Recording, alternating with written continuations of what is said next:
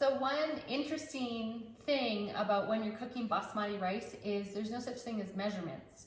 So how we measure, and maybe you've heard of this before, is we use our middle finger to do measuring of water. So you actually don't have to measure your rice or your water ratio. I'll teach you how to do both. So first things you want to do is you want to put your rice in a pan. In a pan you're going to cook your rice in, and I'm going to show you how to wash it. Okay, here we are at the sink. So one thing we're going to learn today is how to actually wash your rice. So what you want to do is you want to put cold water into your pot, and then you want to mix. So the point of this is to get rid of the starch because you want light, fluffy rice. So you're going to see after I mix, can you see how the water is very dark? So what we're going to do is we're going to drain that. And then we're going to do it again. And we do this approximately 5 times. So you add your cold water in, you mix. You're bringing up that starch. It's the starchy water essentially is what you're draining. And then you're going to drain it again in the sink. And then you're going to do that about 3 or 4 more times until the water is clear. So I've washed it about 5 to 7 times just till the water got clear, and you can see, I'm not sure how great you can see in this camera view, but the water is a lot clearer. You can see through it, it doesn't look white.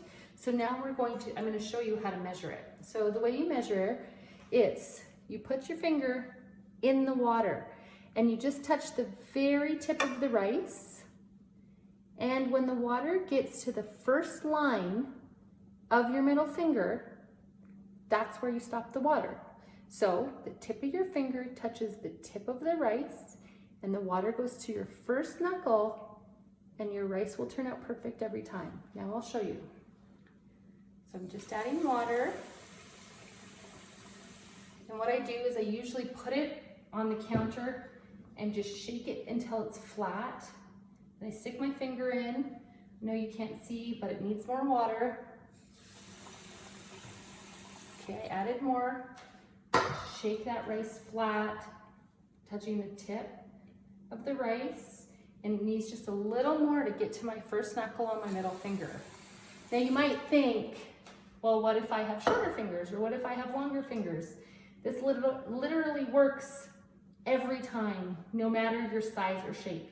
Even children can cook this way and it works. I'm not sure why, but most Indian and Asian households cook rice this way, and it's completely normal and it always works out. So now that I've had my rice and my water ratio correct, I'm going to add a little salt and we'll put it on the stove. So now I have the rice on the stove. I have it on about medium-high heat. I'm adding about a teaspoon of salt into the rice, and I'm going to stir it a bit. So one way that I cook this rice, I do have a rice cooker, but if you don't have a rice cooker, I actually just bring it to a boil, and then I let it rolling boil for a couple minutes, and then I turn it down and put the lid on, and then leave it for approximately 20. So I'll come back when we've gotten to that point. Okay, now you can see the water's boiling. The rice is coming to the top a little bit. It's just been rolling, boiling. I'm going to say about a minute. I stir it a little bit. I'm not going to say 2 minutes, I'm going to say 1. 1 seems like the appropriate amount. Then I'm going to turn it right down to a low simmer and cover it and wait 20 minutes, and your rice will be light and fluffy. So it's been approximately 20 minutes and the rice is ready. It smells fragrant and delicious in this kitchen right now. I'm going to tilt this down and I'll show you. So when I open it, you'll see, whoops, there we go, that the rice looks beautiful and flaky. So something you want to do is you just want to fluff it up with a fork. And now you have beautiful, dry, flaky rice. You can have a look and see how flaky it is.